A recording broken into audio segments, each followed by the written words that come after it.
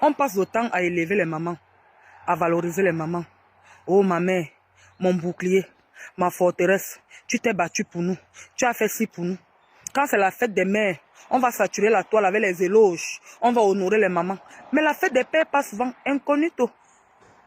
On ne connaît même pas quelle date est la fête des pères. Ça veut dire que la fête des pères passe souvent, on ne sait même pas si le jour-là, il y a la fête des pères. Bonjour, chers fans. J'ai fait cette vidéo ce matin sans même me brosser les dents. Parce que c'est vraiment très important. Dans la société, on oublie toujours la place des papas. On oublie toujours la place des pères. Je me rappelle, une de mes ex m'a dit un jour, mère, je m'en fous de mon père. De toute façon, quand j'ai 100 000, j'envoie 80 000 à ma mère et 20 000 à mon père. Mais voilà, c'est parce qu'elles n'ont pas compris le rôle qu'un père a joué. Le père joue toujours le rôle du méchant dans la famille. Le père joue toujours le rôle de celui qui est sévère, de celui qu'on n'aime pas forcément. Mais beaucoup d'enfants n'ont pas compris que le père a un rôle très important. S'il ne joue pas ce rôle, ton avenir ne serait pas assuré. Moi qui vous parle, moi je vous dis, je préfère mon père que ma mère. Beaucoup m'ont dit que yo, non, ta mère. Non, je préfère mon père que ma mère. Je dis à la personne, je vous dis une information, apprendre ou à laisser. Parce que j'ai compris dans la vie que les papas sont des personnes qui agissent discrètement. De toute façon, avant de faire cette vidéo, écoutons attentivement les conseils de monsieur 10 réflexions en une seconde.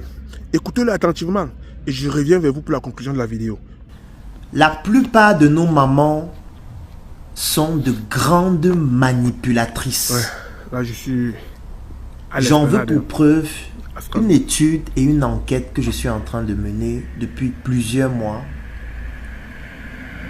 dans une trentaine de familles. Le constat est effrayant. Vous arrivez dans des familles, les enfants adorent leur famille maternelle. Les enfants parlent toujours en bien des membres de leur famille maternelle, en commençant par leur mère. Les enfants adorent tous leur mère, la plupart des fois bien sûr. Mais de manière presque systématique, ces mêmes enfants détestent la famille paternelle. Estiment que la famille paternelle n'est pas loyale, n'a rien fait pour eux, ne les soutient pas. Ça arrivait à un point où certaines personnes, même pour faire des blagues, disent si parmi ces trois choses, tu dois éliminer une, qu'est-ce que tu élimines entre ta mère, 1 million et ton oncle paternel? Vous avez déjà certainement vu ce type de blague sur internet. Ça a l'air d'être amusant, mais ça révèle un problème profond et c'est la raison pour laquelle j'ai décidé de mener cette enquête. Moi, je te pose la question à toi. Est-ce que toi qui regardes cette vidéo, tu as une bonne relation avec ta famille paternelle? Est-ce que tes oncles paternels, tes tantes paternelles, ta famille paternelle, est-ce que tu as une bonne relation avec les personnes qui font partie de ta famille paternelle? Au-delà de ton père, parce que ça peut être même que ça commence par les problèmes avec ton père et ça s'aggrave avec la famille paternelle. Je n'ai pas encore conclu mon étude. Pour le moment, je n'ai que des hypothèses. Mais l'hypothèse qui revient un peu plus, c'est le fait que la plupart de nos mamans sont de grandes manipulatrices. Parce que le seul point en commun qu'il y a, c'est le fait qu'il y a une mère qui donne les informations sur leur père et sur la famille paternelle aux enfants, ce qui influence sur l'attitude que les enfants ont vis-à-vis de leur père et de leur famille paternelle. Parce que la maman a une grande influence sur les enfants, ça tout le monde le sait. Partant de l'accouchement, de l'éducation, la maman passe plus de temps avec les enfants que le papa. Ça c'est le cas dans la plupart des familles. Ce qui fait que consciemment ou inconsciemment, la maman transmet ses frustrations aux enfants. Elle peut avoir eu des frustrations avec son mari qu'elle transmet à ses enfants. Elle peut avoir eu des frustrations avec sa belle famille qu'elle transmet à ses enfants, c'est-à-dire des frustrations refoulées, inconscientes, qui vont pousser les enfants eux aussi à avoir des frustrations vis-à-vis de leur père et de leur famille paternelle et progressivement vont s'éloigner de leur famille paternelle, ces enfants-là, et commencer à estimer que leur famille paternelle est méchante et que c'est juste la famille maternelle qui les aime. Ça, c'est une manipulation qui est très grave parce qu'elle a une influence fatale sur les enfants. Dernièrement, j'ai publié une vidéo dans laquelle je présentais notre boutique SM à mon père. Et il y a beaucoup de commentaires qui revenaient, qui disaient, au moins pour une fois, on honore le père. Au moins pour une fois, on dit que le père a fait quelque chose de bien pour l'enfant. Et ce commentaire revenait tellement de fois que je me suis dit, là encore, il y a un problème. Pourquoi les gens trouvent extraordinaire d'honorer le père? Pourquoi c'est toujours la mère qu'on honore? Parce que oui, c'est la mère de l'humanité, elle nous a accouchés, elle nous a éduqués, elle nous a lavés, elle nous a accompagnés à l'école, c'est bien. Mais pourquoi on n'honore pas le père? Parce que le travail du père n'est pas important. Vous pensez que sortir chaque matin, aller chercher de l'argent pour s'occuper de sa famille, là je parlais des pères responsables, bien évidemment, c'est quelque chose de négligeable. Parce que l'enfant, quand il est tout petit, il ne réalise pas l'importance du travail du père. Parce que la mère est toujours là. La mère s'occupe toujours de lui. La mère est toujours avec lui pour étudier. La mère fait un peu tout, bien évidemment, pour les mères qui ont le temps de le faire. Parce qu'aujourd'hui, on a des mères qui travaillent aussi et qui peut-être n'ont pas la possibilité de le faire. Mais qu'importe le cas de figure, la mère a un lien ombilical avec l'enfant. Donc passe plus de temps avec l'enfant et parfois a aussi plus d'influence sur l'enfant. Je dis bien dans la plupart des cas.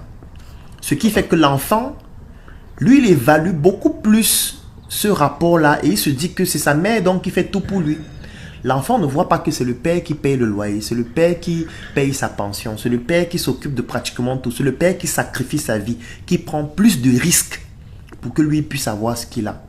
Moi, j'aime toujours prendre l'exemple avec mon père qui a plus de 40 ans d'expérience, qui actuellement est à la retraite dans le domaine des pensions de réversion, c'est-à-dire lorsque, par exemple, le père ou la mère décède, la gestion de la pension après, il s'est spécialisé dans ce domaine-là parce qu'il a fait plus de 40 ans de service. Et il me disait que sur pratiquement 40 ans d'expérience, les cas où c'était la mère qui mourait et c'est le père qui venait le voir pour gérer le dossier de la pension de réversion de sa femme, c'était moins de 2%. Ça veut dire que les cas qu'il a gérés pendant près de 40 ans, le père mourait toujours avant la mère. Et c'est le cas dans pratiquement toutes les familles. Parce que le père prend plus de risques, je parle des pères responsables, pour s'occuper de leur famille. Sauf que l'enfant, lui, ne voit pas ça. Lorsque le père va venir donner 10 000 francs, la maman va prendre les 10 000 francs, va préparer avec. L'enfant, quand il voit sa mère en train de préparer, sa mère en train de tourner le couscous, sa mère en train de le nourrir, lui il se dit qu'il n'y a que sa mère qui est en train de l'aider en fait. Il ne voit pas que son père ne dort pas la nuit pour avoir les 10 000 francs qu'on a utilisés pour préparer. Et je vais conclure avec la religion. Je pense que la religion a créé quelque chose d'extraordinaire face à ce problème. Figurez-vous qu'il y a un monsieur dans la Bible qui s'appelle Joseph. Il avait sa femme qui s'appelait Marie. On dit que sa femme était vierge. Ça veut dire qu'il vivait dans la même maison avec sa femme, mais il n'a jamais mouru sa femme. Sauf que le Saint-Esprit et Dieu ont trouvé que c'est sa femme qu'on va utiliser comme la mère du Sauveur. Donc ils sont venus le voir que gars, tu vas nous choquer un peu ta femme pour un moment. Et puis c'est elle qui sera la mère du Sauveur. Il a dit, il n'y a pas de problème. On est venu mettre Jésus dans le ventre de sa femme vierge. Il s'est occupé de sa femme pendant qu'elle était enceinte. Elle a accouché. L'enfant là lui a créé tous les problèmes de la terre. Il voyageait tout le temps. Il fuyait les villages parce qu'il avait peur qu'on tue l'enfant. Il a éduqué l'enfant avec sa femme pendant 33 ans. L'enfant a été tué sur la croix. L'enfant est mort, il est ressuscité, il est allé au paradis. Ça s'appelle l'ascension. Dans plusieurs pays, c'est un jour férié. Sa mère est aussi allée au paradis. Ça s'appelle l'Assomption. Dans plusieurs pays, c'est aussi un jour férié. Mais en fait, on a oublié le père. Joseph, le jour dédié à Joseph, c'est quand? Le jour où Joseph va au ciel dans la Bible, c'est quand? Donc vous considérez que laisser sa femme vierge pour que quelqu'un vienne te dire que c'est le sauveur qui va venir l'enfanter? Maintenant, vous avez écouté entièrement ce monsieur. Vous comprenez maintenant pourquoi je dis que ce monsieur a raison. Vous comprenez pourquoi je dis que ce monsieur a raison. Parce que beaucoup d'entre vous, ne connaissent pas la valeur de papa. Papa n'est pas là pour montrer les dents avec vous. Papa n'est pas là pour rire avec vous. Papa est là pour vous éduquer, pour donner ce que la mère n'arrive pas à donner. Derrière une maman forte, il y a toujours un papa qui participe. N'oubliez jamais ça. Maman fait tout. Même moi-même qui grandissais, c'est ma mère qui payait nos cahiers. Je savais que c'est ma mère qui faisait tout pour moi. Je savais que c'est ma mère qui était mon Dieu sur terre. Mais quand j'ai grandi, j'ai compris que c'est mon père qui donnait l'argent à ma mère de le faire parce que lui, il n'avait pas assez de temps. Vous comprenez? Mon père donnait l'argent à ma mère de le faire parce que mon père sortait à 6 h. Il rentrait à 6 h le soir. Donc il ne pouvait pas en même temps aller faire le marché, en même temps aller acheter les chaussures, en même temps aller acheter les habits, aller payer les cahiers. Non. Non. Il donne l'argent à la mère de le faire. J'ai grandi dans ma tête, je disais que c'est ma mère qui faisait tout. Mais non, les gars, oubliez. Les filles, oubliez. Parce qu'il y a même certains hommes là-bas, où ces hommes avaient petit âge, avaient grand âge, ils ne savent pas ce qu'il y a entre leurs pieds. Toujours le mec dit que non, mon père n'est rien pour moi, il n'a rien pour moi. Mon frère, attention. La malédiction du père réagit plus que la malédiction de la mère. La malédiction du père réagit plus que la malédiction de la mère. Vous avez écouté ma vidéo. Vous avez aimé.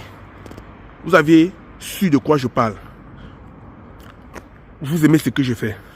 N'oubliez pas de vous abonner, de liker et de partager cette vidéo au maximum. C'était votre humble serviteur, le sergent, le sous-officier AF 237 Buzz.